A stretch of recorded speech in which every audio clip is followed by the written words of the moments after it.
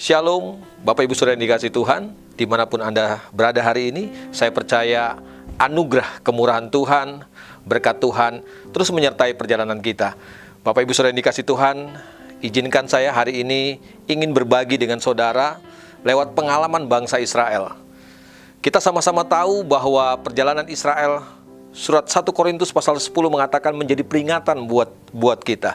Apa yang terjadi, apa yang dialami oleh Israel dalam perjalanan mereka di padang belantara, itu menjadi pelajaran buat setiap kita. Bapak Ibu Saudara yang dikasihi Tuhan, hari ini saya mau mengajak kita untuk merenungkan kembali pengalaman Israel ketika mereka dibawa Tuhan keluar dari tanah Mesir menuju tanah perjanjian. Sebuah rancangan Tuhan yang luar biasa. Tuhan bebaskan mereka dari perbudakan untuk sebuah kehidupan yang jauh lebih baik. Kehidupan di tanah perjanjian yang limpah dengan susu dan madu. Tetapi ini yang terjadi.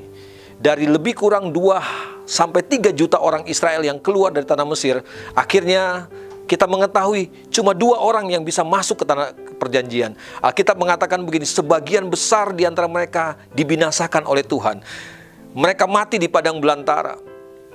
40 tahun bangsa Israel berjalan bersama-sama dengan Tuhan, tetapi ini yang terjadi.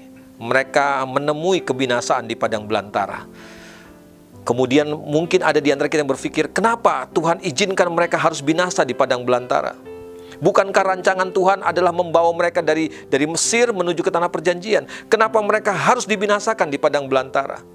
1 Korintus pasal yang ke-10 mencatat buat setiap kita bahwa sebagian besar mereka dibinasakan oleh Tuhan karena mereka bersungut-sungut di padang belantara. Dalam perjalanan mereka di padang belantara yang penuh dengan banyak sekali kesulitan, banyak sekali pergumulan, mereka sudah gagal melewati perjalanan itu. Mereka bersungut-sungut.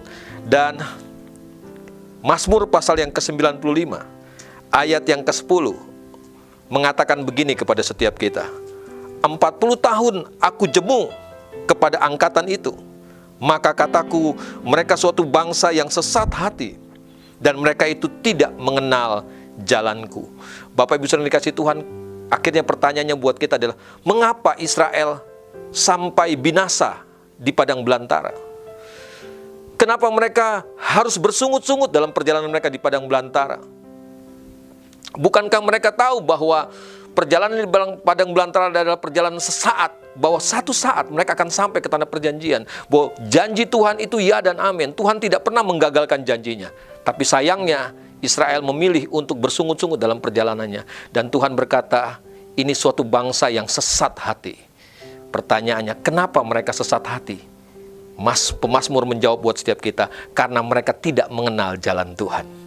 Bapak Ibu Saudara yang dikasihi Tuhan, penting buat setiap kita melewati apapun, melewati pengalaman, situasi, kondisi apapun hari ini, kita perlu mengenal jalan Tuhan. Ketika kita gagal mengerti, ketika kita tidak bisa mengerti jalan Tuhan, maka yang terjadi adalah kita bisa bersungut-sungut, kita bisa kecewa, kita bisa marah dengan situasi, keadaan yang sedang kita alami. Bapak Ibu Saudara yang dikasihi Tuhan, mari hari ini, apapun yang sedang kita lewati, coba kenali jalan Tuhan.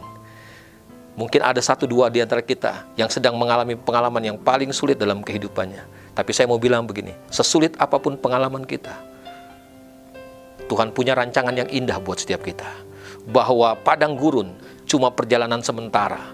Padang gurun tidak selamanya harus kita lewati. Ada saatnya kita akan melewati padang gurun. Kita akan dibawa Tuhan melintasi padang gurun dan sampai ke tanah perjanjian.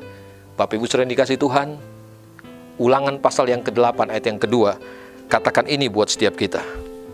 Ingatlah kepada seluruh perjalanan yang kau lakukan atas kehendak Tuhan Allahmu di padang gurun selama 40 tahun ini, dengan maksud merendahkan hatimu dan mencobai engkau untuk mengetahui apa yang ada dalam hatimu, yakni apakah engkau berpegang pada perintahnya atau tidak. Ternyata jalan Tuhan, padang gurun, itu cuma menolong kita untuk menunjukkan apa yang ada dalam hati kita.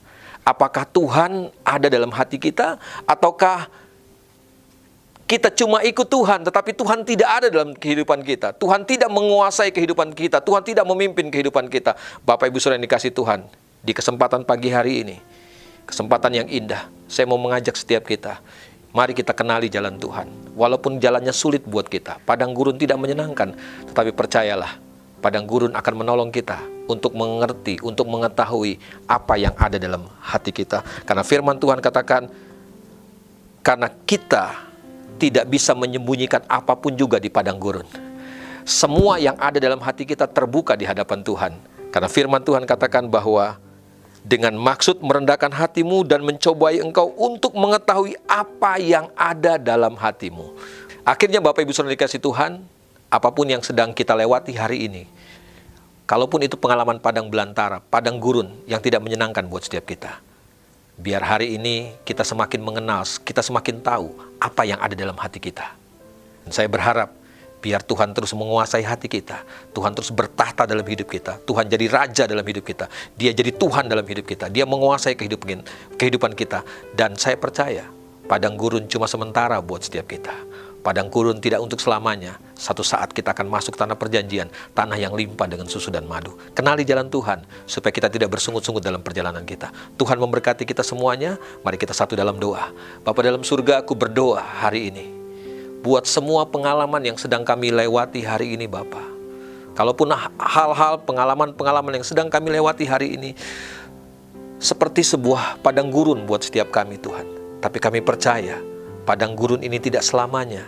Kami mau belajar mengenali jalan Tuhan, supaya akhirnya yang terjadi adalah kami akan sampai ke tanah perjanjian.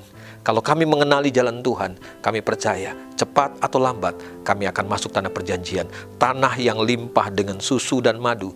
Kami percaya janji Tuhan ya dan amin. Tidak ada satupun yang bisa menggagalkan janji Tuhan. Terima kasih Bapa Surgawi. Aku berdoa dan memberkati jemaat-Mu Tuhan, di mana saja mereka berada, apapun yang sedang mereka alami, di dalam nama Tuhan Yesus, kekuatan Tuhan, sukacita Tuhan, damai sejahtera Tuhan bersama-sama dengan mereka. Terima kasih Bapa, demi nama Yesus Kristus kami berdoa dan mengucap syukur.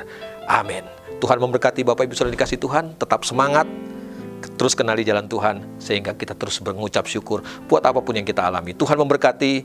Shalom.